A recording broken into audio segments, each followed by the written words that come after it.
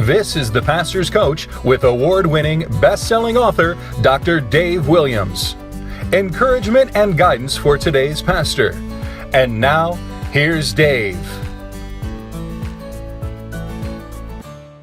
Hello, Pastor. On today's Pastor's Coach Update, I want to talk to you about the 12 immutable things to your success as a pastor. In my opinion, these are the most important issues that a pastor can master. These are unchangeable fundamentals, and they'll give you a powerful advantage in your ministry, and they'll work in any church in any generation. When I was a young pastor, I first studied 12 of the largest, most fruitful churches in the world, and later extended my research to over 20 churches, then 100.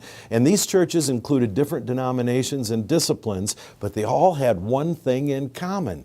They were champions in their calling, and they were abounding in their churches. Even though these ministries were very different in many ways, all of them, each one of them, every one of them had 12 critical qualities and characteristics in common. Some were spiritual, some were practical. Here they are.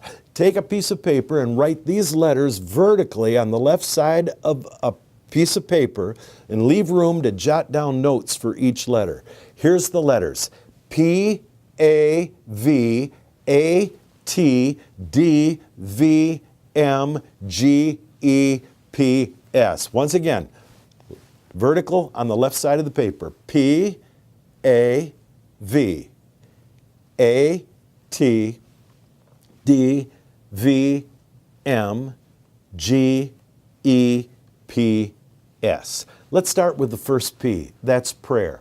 This is first because in prayer we get ideas from God without the stain of human reasoning. In my first week as pastor, when we had only 125 members, I established a weekly intercessory prayer meeting. It grew to daily and even special prayer task force meetings. When prayer is a priority, it proves we're putting Christ as head of the church. A, attitude. You've probably heard this. It's your attitude, not your aptitude, that determines your altitude. Well, what's your attitude toward God, your family, and the people you lead? What's your attitude toward soul winning and disciple making? What's your attitude toward a growing church? And how can you encourage this attitude in your members? Let's look at the V. Vision. You'll never go higher than your vision. See things not as they are, but as they could be. If you can see it, you can have it. I have an illustration I use in pastor's training. I bring an acorn to class and I ask the students what they see. Most say it's just an acorn, but occasionally a student will say, "I see a mighty oak tree in your hand." And even less frequently, someone will say, "Pastor, in your hand lies a whole city of oak trees." The key, seeing things that are unseen to others. That's vision. Next A, atmosphere.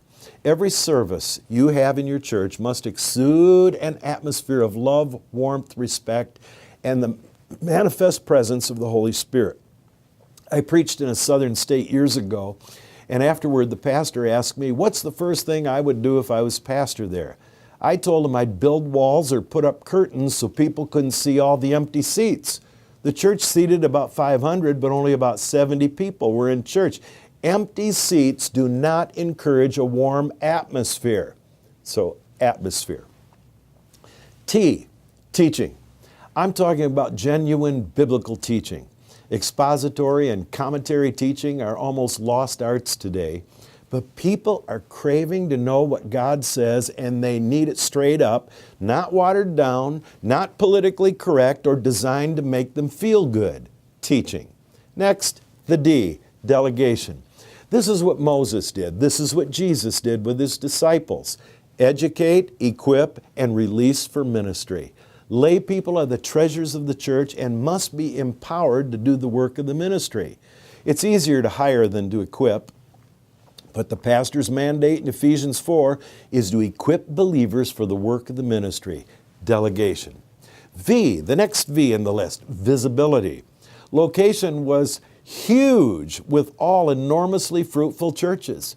My friend Craig Whelan of Whelan Daveco offered us a list of why businesses fail, and he said one of them is being one block off Main Street. In other words, not visible. Radio, television, direct mail, and big events can all be helpful in creating visibility for your church. Visibility. M, missions. In my research, I discovered that the greatest churches in the world were all, without exception, committed to world missions.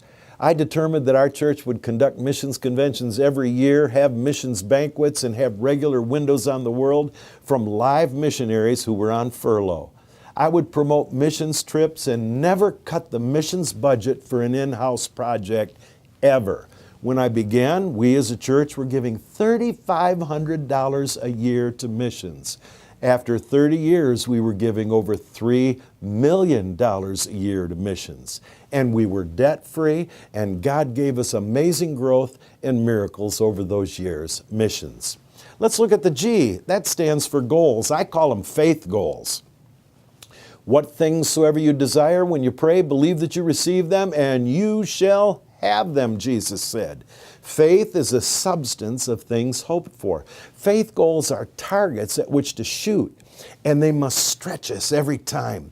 For example, as a student, it's better to have a goal of getting a 4.0 and end up getting a 3.8 than to have no goal and get a 2.0.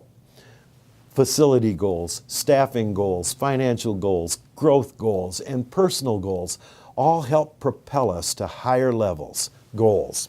E, evangelism. He that winneth souls is wise. Every successful church that stands the test of time and the tests of life will prioritize the Great Commission of bringing people to Christ and making them disciples of Jesus. How? Altar calls, evangelism training and practice, friendship evangelism, big soul-winning events.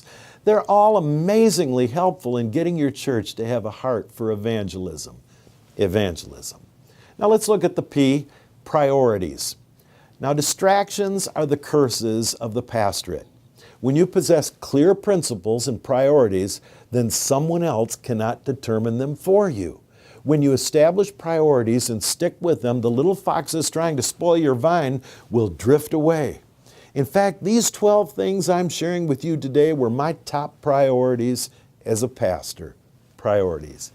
S, finally, service.